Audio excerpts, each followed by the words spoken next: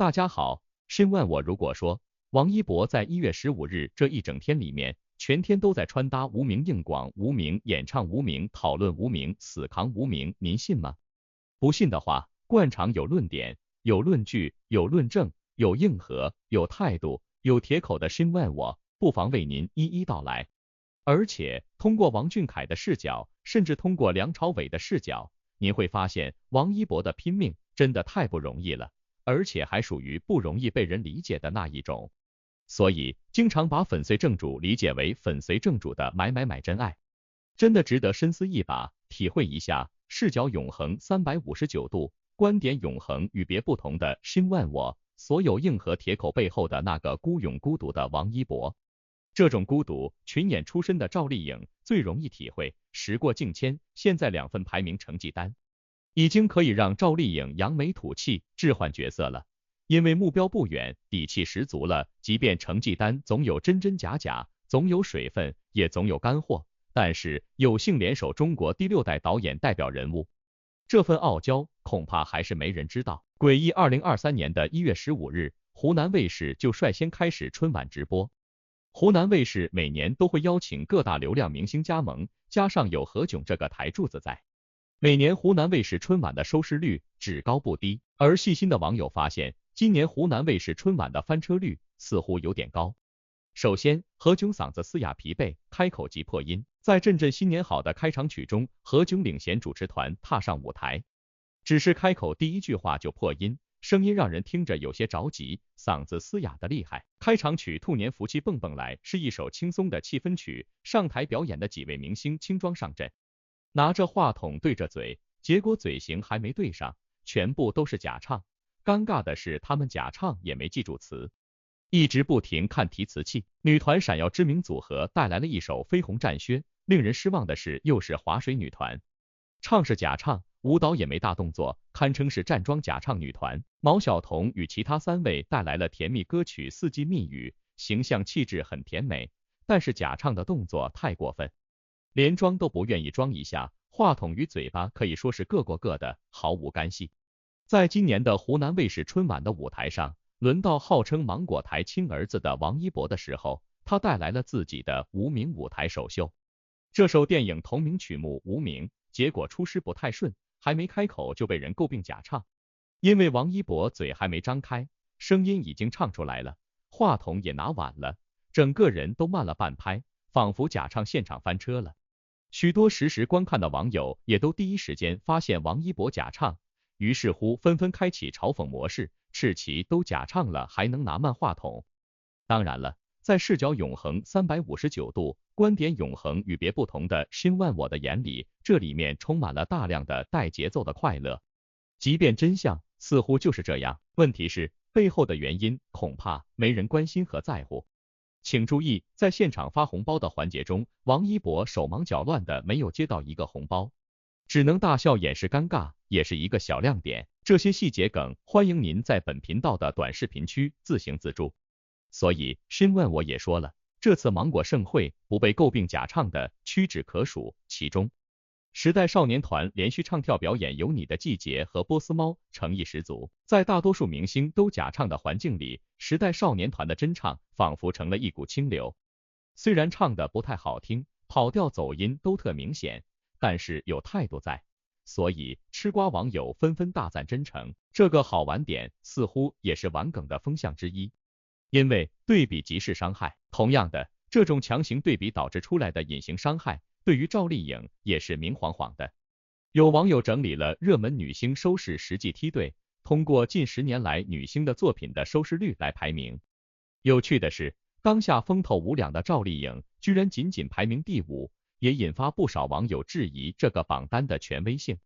众所周知，作为草根出身，没有过人的演技，没有过硬的背景，没有超高的颜值，她在横店打拼了7年，靠演技成名。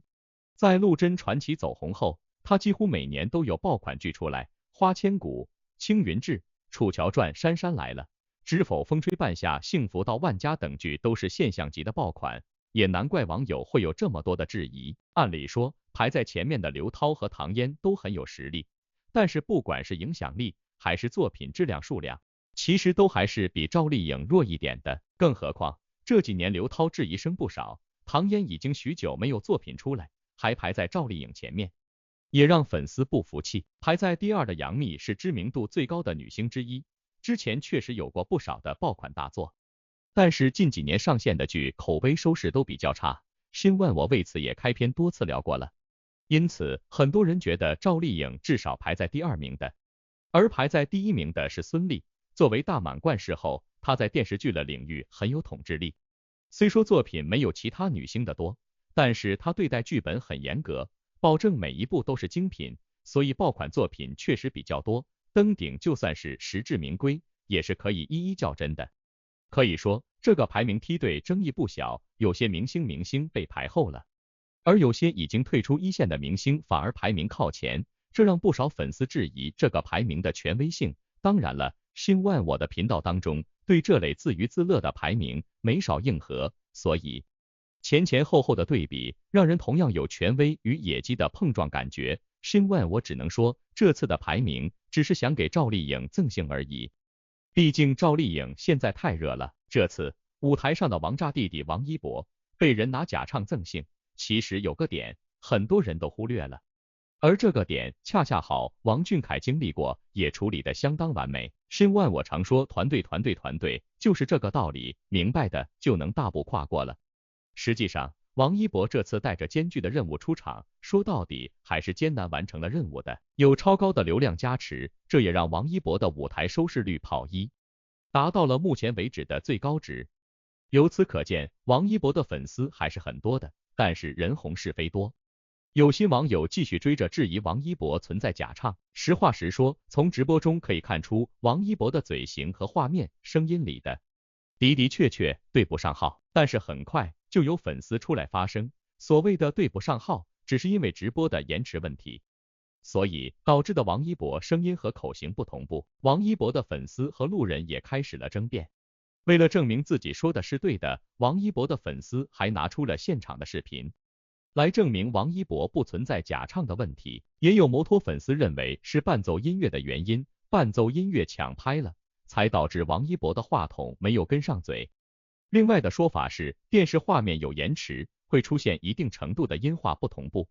如果去现场看看直拍就不会出现这种情况。还提醒大家不要为了黑王一博而去黑他唱的歌。但是呢，有矛就有盾，有盾就有矛，彼此的攻防当中，爱较真的人比比皆是，甚至越来越走火入魔。新万我只想说，有个点还是被有心挑刺的人牢牢抓住了，于是乎大量吃瓜路人都被带歪，认为王一博也太尴尬了，动作慢了，暴露了假唱，同时还调侃到王一博只是能力太强太完美才会让人觉得是假唱，或者调侃王一博会腹语，他唱歌的声音是从腹部发出来的，这是失传已久的绝技，只有像王一博这种天才才会用。其实关于歌手假唱已经被爆出不是一次两次，很早之前有很多歌手为了能够在现场让自己的演唱更加完美，都会使用假唱，提前录制自己要演唱的歌曲，然后通过调整和修改能够让自己的歌在现场展现得更完美。其实明星们也不是刻意而为之，但担心自己临场的发挥会出现太多的不确定性，所以才不得不这么做。这个情况因为很多，所以知道的人见怪不怪，只是顶流王一博被黑的背后目的太多，而且不纯，所以事情还是越闹越大了。其实新万我也是不明白，简单的事情王俊凯的团队能做，乐华恰饭去了吗？您发现了没有？新万我已经反复提到，说了，这次春晚假唱率这么高，为什么呢？认真思考一下，还是很好玩，很好解的。就像赵丽颖的野鸡榜排名一样，看穿了，大家就能释然了。酷云是一个收视率计算平台，该平台统计出的2022年荧屏影响力角色还是挺公正的，10个男性角色，10个女性角色，一共有20个角色很有影响力。我们来看看都有谁。这些电视剧都是上星电视剧，可以统计收视率。如果是纯网剧，那就没法上榜了，因为不归酷云管。上榜的演员有黄磊、靳东、黄景瑜、肖战、张若昀、杨洋、佟大为、雷佳音、程毅、海清、袁泉、赵今麦、关晓彤、周迅、杨紫、秦岚、赵丽颖、蔡文静、殷桃。之所以只有19个演员上榜，是因为肖战有2个角色上榜，他是唯一达成这个成就的演员。肖战和杨紫主演的《余生，请多指教》在湖南卫视播出，肖战和黄景瑜主演的《王牌部队》在江苏卫视播出。众所周知，赵丽颖在2022年有2部电视剧播出，分别是《幸福到万家》《风吹半夏》。虽然赵丽颖只有1个角色上榜，但不妨碍她成为2022年的大赢家，因为当别的85花、90花还在演现代偶像剧、古代偶像剧，而赵丽颖已经开始演村妇和农民企业家了，所以这个比较公正的2022年荧屏影响力角色，还是反过来再次盖章认证了赵丽颖转型的亮眼成绩，打脸了那些暗暗的暗黑。申万，我说到这，是不是挺好玩的？从湖南卫视春晚现场的另一个角度来看，王一博这次的表现惨遭吐槽不说，颜值状态维持的也的确不如以往。您猜为什么呢？首先，舞台采用的打光对他的五官很不友好，显得他鼻梁山根极为突出，大量阴影，非常抢镜头，反正申万我的美学眼睛不太适应。如果王一博状态不佳，造型在线也能够扳回一局，但是这次王一博的造型师不知怎么想的，头发像是用了一大罐发胶维持定型，过分油腻，一些镜头和角度完全撞脸薛之谦。跟去年同期的王一博相比，这次的王一博确实又有些浮肿了。作为一个娱乐圈顶流男艺人，王一博的压力肉眼可见的大。申万我常说，太拼命真的很难两全。申万我只能说，王一博这次回娘家目的很多，台面上的就2个。而一般有人需要一下子拉高晚会的收视率，所以这次湖南台把王一博的节目安排的比较靠前。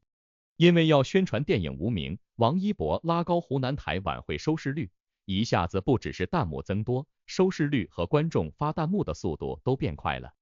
王一博现在的台风和气场其实都还稳定，而且很走感情，演唱到动情处，手指都在抖动。湖南台联欢晚会为了王一博也是刻意设计了舞台造型，王一博360度在舞台上展现。不过，王一博的反应有些慢，前面提到的红包场景大写了尴尬，您留意到了没有呢？仿佛王一博睡眠不足的样子，尤其是脸还有点肿，眼睛也有点肿。反正申万我甚至不想提到更多肉眼可见的细节，因为他太累了。如果申万我说他当天就是一个行走的广告箱，您信吗？湖南台也特别给王一博面子，专门在台下设置了一张桌子，安排于东和导演程耳在台下接受采访。王一博下台后，先是跟汪涵拥抱，属于特别懂礼貌、重情重义的男孩子了。面对于东和导演，王一博则是有点腼腆。王一博被于东和导演夸，因为这是王一博首次参演院线电影，而且定档大年初一，算是很重要的角色和定档了。导演程耳夸赞王一博很有礼貌，而且还在后台教导演说湖南话拜年。程耳导演的原话是，非常庆幸自己当初的选择，以他充分的训练、足够的耐心、独特的天赋，在《无名》这个电影里，他为我们大家奉献了近乎完美的表现。无名制片人于东也表示，一博和影帝级别的梁朝伟、影后级别的周迅奉献了最精彩的演出。不过，您发现没有，导演说的太圆满，不知道网友们看完后是否买账呢？王一博则是比较谦虚的，粉丝大喊无名，场面壮观。因为王一博的粉丝基数很大，又是大年初一，不管是上班族还是学生都已经放假了，可以去电影院支持王一博贡献票房。这部电影不只是有王一博，还有梁朝伟、周迅等等，王一博的压力也很多啊，但现场粉丝们比较给力，都在卖力大喊。作为一场直播，湖南台算是给王一博非常大牌面了，专门宣传无名。汪涵也鞠躬感谢导演，希望导演多给王一博机会。这场景申万我还是感动的，正是这次表演，王一博又一次的站在了老大哥汪涵的身边。汪涵看到王一博退场之后，满眼的期待。听到导演们都称赞王一博时，汪涵的手甚至一直都搭在一博的肩膀上，激动地说一博回家了，宛若一个老父亲看着自己小孩成长一样，甚是欣慰。汪涵提到王一博的时候，满脸的骄傲和幸福，一股老父亲的既视感，对于王一博取得的成绩非常满意。汪涵说道，看着王一博一点一点的进步，他的内心是非常骄傲的。主持人在介绍时，对王一博的介绍是：欢迎歌手王一博，演员王一博。由此可见，王一博取得的一些成绩得到了大家的认可和肯定。汪涵对于王一博这次出席活动也是非常的高兴，称王一博这次是回家了。王一博也说站在汪涵身边很开心，很幸福。于是乎，暖心的直白让汪涵在现场毫不吝啬的夸奖王一博，并对前辈说：请给我们家一博多一些机会。王一博在旁边非常乖巧的听完了全程，像一个站在长辈旁边的小孩一样。王一博曾经在天天向上的舞台上和汪涵还有别的天天兄弟朝夕相处，那时的王一博虽然羞涩，但主持能力还是非常专业的，也为他后来的演艺生涯奠定了比较好的基础。天天向上停播后，王一博回到湖南卫视，对于汪涵来说可以说是一种慰藉了。从自己身边成长起来的小孩带着作品回归，汪涵也是满心欢喜和满意了。都说长兄如父，汪涵对王一博的帮助和赏识非常的令人感动。在这个浮躁、充满诱惑的娱乐圈，保持这样一份纯粹的友谊是非常难得的。王一博的出现也直接拉动了晚会的收视率，他也贡献了整台晚会的第一个收视小高峰。各种的跑场、努力和铺垫之下，目前无名预售已经突破了3000万。让人感到奇怪的是，这部剧从头到尾只有王一博和导演出来宣传，而梁朝伟根本就没有宣传过，好像没有演过这部电影似的，就连定档都不作声。大有演完拿到钱就不关他的事了的架势，让人感到疑惑的很。听说现在片方在沟通周迅，想让他出来撑一下场面。说起来，这部电影王一博只是二番，梁朝伟才是真正的一番。不宣传难道是对这部电影有什么不满？别说他没有时间，因为居然还有人晒出了和梁朝伟的合照，表明他正在日本旅游，而且这部电影是抗日的。他这时候去日本是不是有点不合时宜呢？反正有种叫做信心的东西，很多时候是藏不住的，更加是因人而异的。xin问我这个说法，您认同不？当这个二番王一博从上海飞往湖南的路透被人拍到并传到网上时，另外一个趣味点出现了，粉丝们居然再也没有了抵制路透。那么为什么呢？因为王一博头上戴着的帽子上有无名的字样，羽绒服底下的黑色卫衣身上有无名的 logo， 这很明显是为了宣传无名做的准备。去往湖南台参加小年夜固然是因为那是自己老东家有感情在，但宣传自己新的作品也是很有必要的。他会在舞台上演唱电影《无名》的同名曲《无名》，所有人都知道他是为什么而来。那么他穿在身上戴在帽子上的无名 logo， 也可以算作是一种另类的宣传了。但凡王一博有行程，但凡有代拍可以拍到他的身影，路透总是会发送到巨多人眼中。似乎网友们都对路透这种不太正式的相见格外感兴趣。如此，既然要被拍，那王一博为什么不让自己被拍的照片上有宣传无名的广告位呢？既然自己去湖南台是做宣传的，那就从出发就开始宣传吧。所以视角永恒359度，观点永恒与别不同的xin问我，全网首个提出王一博等于行走广告箱的概念。您认同不？您又觉得王一博累不累呢？现在王一博为首部上线大块头拼尽了全力，那边厢的王炸姐姐也不含糊。名声在外，再次鹊起的赵丽颖也要进攻大荧幕了。近些年演员们都开始双栖发展，电影演员开始转过头来拍摄电视剧，而电视剧演员们则是争先恐后的想要去大荧幕发展，很多的流量演员都开始去拍电影了。毕竟自带粉丝基础，导演不缺票房，他们又需要电影来给自己镀一层金。只是没想到的是，赵丽颖居然也要进军大银幕了，毕竟她现在的地位也算是稳固了。这一下子尝试电影也算是比较冒险的。网传赵丽颖将加盟新片《虎狼之路》，这是一部刑侦悬疑题材的，还是和6代导演伍佰合作，这2个人的合作也确实是蛮叫人期待的。另外还有肖央的加盟，不少人还是比较期待的，不过现在还没有确切的消息，所以大家倒是也不敢轻易下决定。虎狼之路讲述的是3位不同的家长都因为孩子被拐而聚到了一起，一个是孩子被拐6年的老崔，一个是被前夫卖掉孩子的英子，还有一位是孩子被拐而死，而毅然决然投身打拐事业的赵子山。3个人机缘巧合之下，像是自此开始一段特殊的打怪旅程。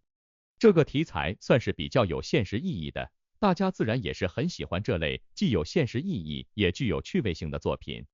而这部影片的导演伍佰也是一位优秀的导演，这些年也有不少经典作品，比如之前的《扫黑风暴》《心理罪》等，在刑侦剧这一方面也算是比较的有经验了，而且人缘也不错，他的作品肯定能够请到不少实力派加盟，所以对于这部作品大家还是很期待的。因此剧王赵丽颖的加盟更是给这部作品增添了不少助力。别看赵丽颖现在走的是流量小花的路子，但要真说起来实力那也是不差的，毕竟当初就是靠实力火起来，之后生孩子复出状态也确实是有些不太好，但是如今都恢复过来之后，反倒是变得越来越好了。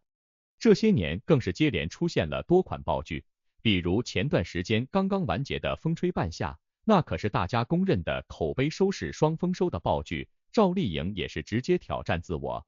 没有把自己固化在少女角色，这一方面还是值得夸赞的。这一次的虎狼之路对于赵丽颖来说又是一次全新的挑战，当然在演技实力方面也是比较有挑战性的，不知道这一次她又会带来怎样的作品。另一位演员肖央也是实力派了，虽然是歌手转型演员，但是演技实力没得挑，这些年混迹在大荧幕，早就打下了属于自己的江山，一出现就是妥妥的实力派，和赵丽颖合作也算是强强联合了，估计也会有不一样的火花。网传这部作品还有胡军的加盟，这个消息就没有多少可靠性了。而且胡军刚刚官宣成为神兵奇迹游戏的代言人，新年期间神兵奇迹游戏也推出了新版本，